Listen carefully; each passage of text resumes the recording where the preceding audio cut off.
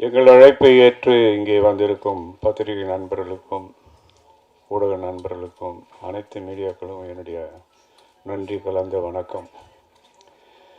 இந்த அந்தகன் படம் 2019 மிகுந்த பெரிய போட்டிக்கு இடையில் இந்த படத்தை நான் வாங்கினேன். இங்கே இண்டஸ்ட்ரியில் இருக்கிற எல்லா டைரக்டர்ஸ், அதான் முக்கியமான டைரக்டர்ஸ், ஆர்டிஸ்ட், ப்ரொடியூசர்ஸ் எல்லாமே இந்த படத்தை வாங்கணுன்னு ரொம்ப முயற்சி பண்ணாங்க.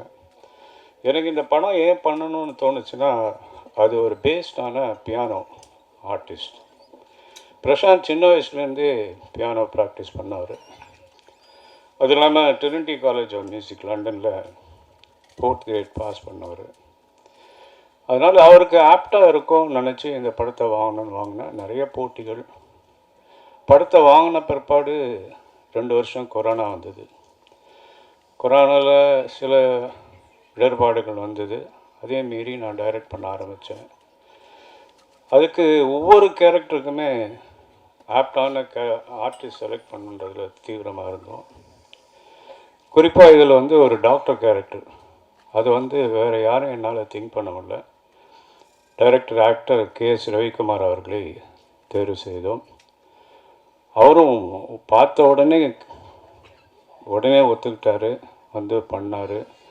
இந்த படத்தில் அவருடைய பங்கு மிகப்பெரிய பங்கு. படத்தை வேறு லெவலுக்கு கொண்டு போகிற லெவலுக்கு அவருடைய பர்ஃபார்மன்ஸ்.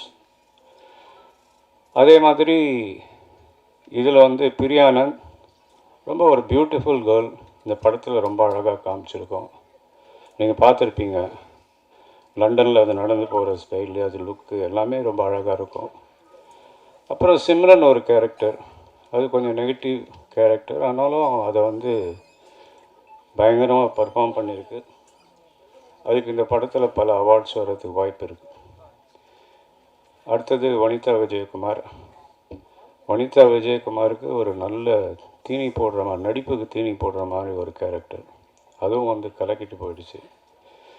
பின்னாடி சொல்லப்போனால் நம்ம ஒரு பழைய ஆக்டர் கேரக்டர், அதுக்கு கார்த்திக் முத்துராமன் அலைகழுவதில் கூட நடித்த காலத்துலேருந்து நல்ல நட்பு. அதனால் அவரும் இந்த படத்தில் நடிக்க ஒத்துக்கிட்டு வந்தார். காலையில் 8 மணிக்கெல்லாம் வந்துடுவார் லொக்கேஷனுக்கு.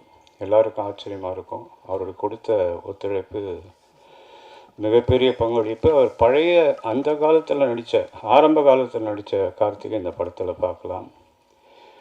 அதே மாதிரி இவங்க சின்ன சின்ன கேரக்டர்ஸ் கூட நாங்கள் பெரிய ஆர்டிஸ்ட் போட்டோம். ஆதேஷ் பாலா பார்த்தீங்கன்னா அவர் ஹீரோவாக நடிக்கிறார். இருந்தாலும் நான் கூட்டத்துக்காக இந்த படத்தில் நடித்தார். மோகன் வைத்தியா, பூவையார், செம்மலர்னு ஒரு கேரக்டர். பூவையார் அந்த படத்தில் கலக்கியிருப்பான். அப்புறம் சமுத்திரகனி, அவர் ரொம்ப பிஸியஸ்ட் ஆர்டிஸ்ட். இருந்தாலும் நான் கேட்டதுக்காக இந்த படத்தில் பண்ணார். எங்களுக்கு நிறைய டேட்ஸ் ஒதுக்கி கொடுத்து பண்ணார். யோகி பாபு, அவர் இப்போது டே கணக்கில் விட்டு அவர் கணக்கில் ஒர்க் பண்ணுற ஒரு ஆர்டிஸ்ட். அவருடைய ஒத்துழைப்பும் மிகப்பெரிய ஒத்துழைப்பு. இந்த படத்தில் பிரமாதமாக பண்ணியிருக்காரு. அவருடைய சிஸ்டராக ஊர்வசி என் கூட 2 படம் ஹீரோயினாக பண்ணுச்சு. பிரசாந்த் கூட மன்னமான் நான் தயாரித்த படத்தில் நடித்தது. இந்த படத்தில் அதனுடைய அந்த ஒரிஜினல் ஹிந்தியில் இருந்த கேரக்டருக்கு பதிலாக இந்த கேரக்டர் பண்ணியிருக்கு. ஆனால் இதனுடைய ஆக்டிங் ஒரு ஃபென்டாஸ்டிக் பர்ஃபார்மன்ஸ். அவங்க காம்பினேஷன் ஹீரோ கூட, ரவிக்குமார் சார் கூட, யோகி பாபு கூட, சமுத்திரகனி கூடலாம் எக்ஸ்ட்ராடினரி பர்ஃபார்மன்ஸ். இதில் ரவி யாதவ் கேமரா, அவர் ஏற்கனவே பிரசாந்த் கூட 2 படம் ஒர்க் பண்ணியிருக்கார். செம்பருத்தி, அப்புறம் காதல் கவிதை.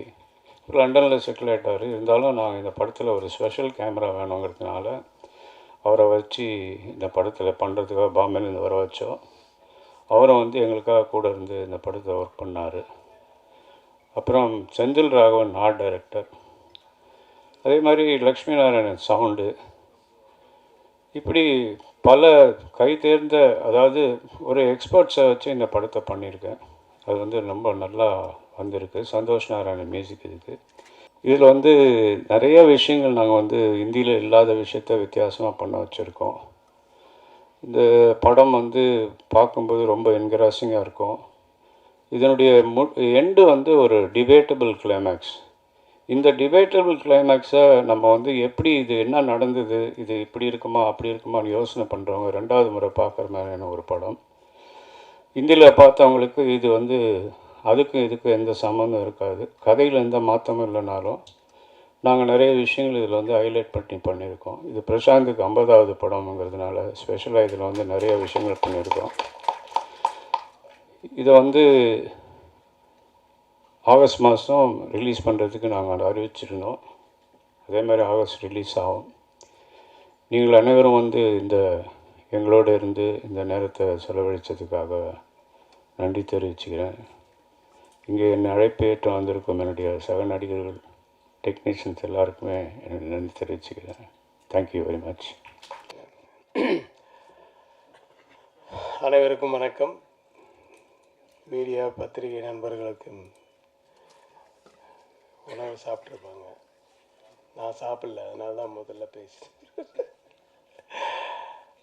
ரொம்ப சந்தோஷமான ஒரு நிகழ்வு. எனக்கு வந்து தியாகராஜன் சாரை வந்து பல வருஷம், அதாவது நான் காலேஜ் டேஸில் இருந்து பார்த்துட்ருக்கேன். அதுக்கப்புறம் நான் ஒரு எக்ஸ்போர்ட்டர் ஆனேன். அதுக்கப்புறம் அவர் ஒரு எக்ஸ்போர்ட்டர் அப்படின்றது தெரிஞ்சு எனக்கு அவர் மேலே ஒரு ஈடுபாடு இருந்தது. அதுக்கப்புறம் நிறைய முறைகள் வந்து அவருடைய படங்களை நான் பார்த்துருக்கேன், நடித்து அப்புறம் தயாரித்து. அது மாதிரி என்னுடைய படங்கள்லாம் அவர் பார்த்துருப்பார். அப்படி தான் பழக்கம் இருந்தது தவிர நேரடி பழக்கங்கள்லாம் ஏதோ ஃபங்க்ஷனில் பார்த்தா ஹலோ ஹாய் அப்படின்றது தான் இருந்தது. பட் இந்த படத்தில் வந்து என்னை கூப்பிட்டோன்னா சரி சார் அந்த படம் பார்க்கலாமான்னா, நான் அதுக்கப்புறமா அப்புறம் தான் பார்த்தேன் அந்த படம், என்னை ஃபிக்ஸ் பண்ணதுக்கப்புறம். ரொம்ப பிரமாதமான படம். அது ரொம்ப சாதாரணமாக எடுத்தாவே அந்த படம் ஒரு ஹிட் ஆகக்கூடிய ஒரு படம். ஆனால் மெனக்கட்டு அவர் வந்து அந்த படத்துக்காக உழைத்த உழைப்பு, செய்த செலவு, ஆர்டிஸ்ட்டு, கொஞ்சம் வெயிட் பண்ணுப்பா, கூப்பிட்றேன். நிறைய, அதாவது எதுலேயுமே காம்ப்ரமைஸ் ஆகாமல் எந்த சின்ன சின்ன ரோலுக்கு கூட நல்ல பெரிய ஆர்டிஸ்ட்டு, டெக்னீஷியன்ஸ் எல்லாம், ரவி யாதவ் சார்லாம் வந்து பாம்பேலேருந்து வர வச்சு ஒவ்வொரு ஷாட்டும் அப்படியே லட்டு மாதிரி இருந்தது அவருடைய ஷாட்ஸ் எல்லாம். அங்கே மானிட்டரில் பார்க்கும்போதே, மானிட்டர் கூட நாங்கள்லாம் வந்து முதல்லலாம் நாங்கள் மானிட்டரே பார்த்தது கிடையாது. அதுக்கப்புறமா வந்து இப்போ மானிட்டர் இந்த சைஸ் இருக்குன்னா அவர் இவ்வளோ பெரிய சைஸு மானிட்டர். அந்த தியாகராஜ் சார் அது உட்காந்து ஒரு பாஸ் மாதிரி அந்த மானிட்டரில் பார்க்கும்போது ஷார்ட்ஸை பற்றி தெரிஞ்சுது ஃபுல்லாக அவருடைய இன்வால்மெண்ட்டு. ஸோ நடித்த நடிகர்கள் எல்லாருக்குமே வந்து என்னுடைய மனப்பூர்வமான வாழ்த்துக்கள். பிரசாந்துக்கு வந்து இது 50வது படம்ன்றது எனக்கு இங்கே வந்ததுக்கப்புறம் தான் தெரியும். 100ஐ தொட வேண்டும் பிரசாந்த், கண்டிப்பாக அவர் தொடுவார். என்னன்னா அவர் பார்க்குறதுக்கு கொஞ்சம் வெயிட்டமாக இருந்தாலும் குழந்தை மனசு. அதாவது அந்த பிரசாந்த் கோல்டன் டவர்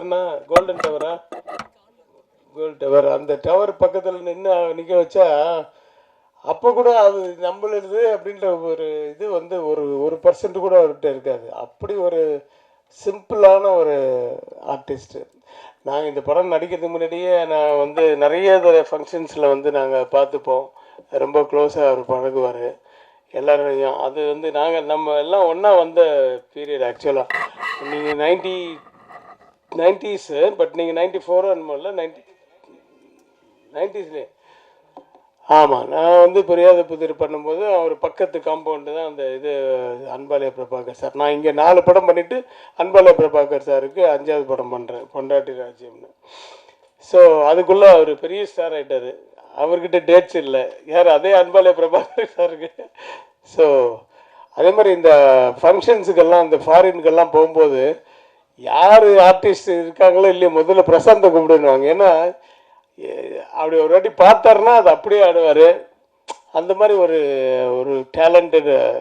அதுக்கு வந்து உறுதுணையாக இருந்தது வந்து மோகன் வைத்தியா சாராக கூட இருக்கலாம். ஏன்னா அவர் சின்ன வயசுலேருந்து ஆமான்னு சொல்லலாம்ப்பா, சந்தோஷப்பட்டோம். எல்லாரையும் சந்தோஷப்படுத்தினா தான் ஒரு படம் நல்லா இருக்கும். ஆமாம், அவரோட ஸ்டூடெண்ட்டை பாருங்கள். ஸோ இந்த படத்தை இன்னும் எனக்கு ஃபுல்லாக காமிக்கல, டப்பிங்கில் தான் நான் பார்த்தேன். பட் அங்கே எடுக்கும்போதெல்லாம் பார்த்தேன். சிம்ரன் அண்டு யோகி பாபு, ஊர்வசி மேடம், அது ஒரு ராட்சசி. ஊர்வசின்னு பேருக்கு பதில் ராட்சசின்னு வச்சுருக்கலாம், அந்த மாதிரி ஒரு ஆர்டிஸ்ட்டு. பட் வனிதா இவங்க ஹீரோயினோடலாம் எனக்கு காம்பினேஷன் இல்லை. பட் இருந்தாலும் வந்து அந்த ஹிந்தி படம் பார்த்ததுனால நான் ரொம்ப எதிர்பார்க்குறேன். சீக்கிரம் எனக்கு படம் காமிங்க சார், பார்க்கணுன்னு ரொம்ப ஆர்வமாக இருக்குது. ஏன்னா அது கண்டிப்பாக பிரம்மாண்டமாகவும் இருக்கும், நல்லாவும் இருக்கும். ஒரு அருமையான படம். யாருமே வந்து அந்த படத்தை பார்த்துட்டு டக்குன்னு வீட்டுக்கு போனோடனே மறந்துடுன்ற மாதிரி இல்லாமல் ஒரு மைண்டில் இருக்கக்கூடிய ஒரு படம். அப்படி தான் இருந்தது அந்த ஹிந்தி படமும். ஸோ இதுவும் அப்படியே இருக்கணும்ன்ட்டு நினைக்கிறேன். அந்த மாதிரி இருக்கணும், பெரிய பெரிய வெற்றி அடையணும். இந்த சாங் ரொம்ப சூப்பராக இருக்குது சார். ஒரு வாட்டி கேட்கும்போதே வந்து மைண்டில் வந்து நிற்குது. சந்தோஷ் அவருடைய பாடல் வந்து அனிருத் பாடியிருக்காரு, ரொம்ப நல்லா இருக்குது. பாடல்கள் மட்டுமல்ல, படமும் மிகப்பெரிய வெற்றி அடைய எல்லாம் வல்ல இறைவனை பிரார்த்தித்து விடைபெறுகிறேன். நன்றி, வணக்கம்.